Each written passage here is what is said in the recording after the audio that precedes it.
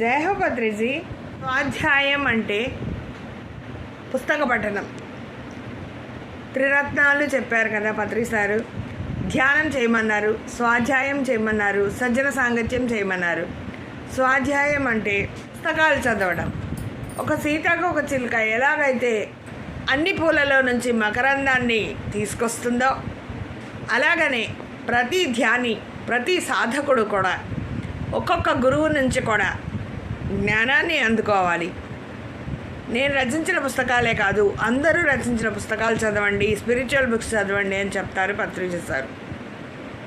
అలాగనే 3+2+1 ఫార్ములా గురించి చెప్పారు. 3 గంటల ధ్యానం, 2 గంటల స్వాధ్యాయం, 1 గంట సజ్జన సాంగత్యం చేయమన్నారు.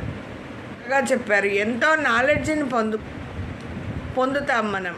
ప్రతి ఒక్కరూ స్వాధ్యాయం చేయండి.